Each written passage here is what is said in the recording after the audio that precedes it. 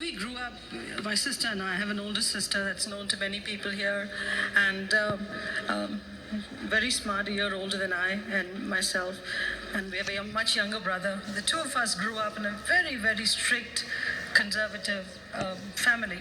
My mother never went to college because her parents didn't have the money to send her to college, and she was very smart. So she lived her life vicariously through the daughters. She would ask us to dream and be whatever we wanted. At the same time, she would say, at 18, I'm going to find a guy and marry you off. So it was this constant conflict at home. She's going to find a guy and say, you got to marry him. At the same time, she says, dream big.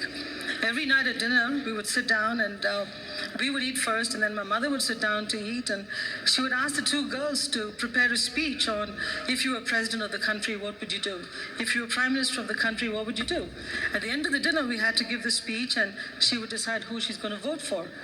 So here is a mom who's suggesting all these and putting us through the paces on these aspirational jobs. At the same time, she's threatening us to find some vague guy and marry him off to us at age 18. And so we always lived in that fear that that could happen.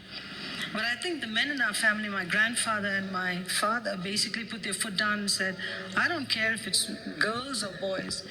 They all have to have an equal shot at being whatever they want to be. And we're not going to get them married off at 18. We're going to let them do what they want to do. Was there ever a moment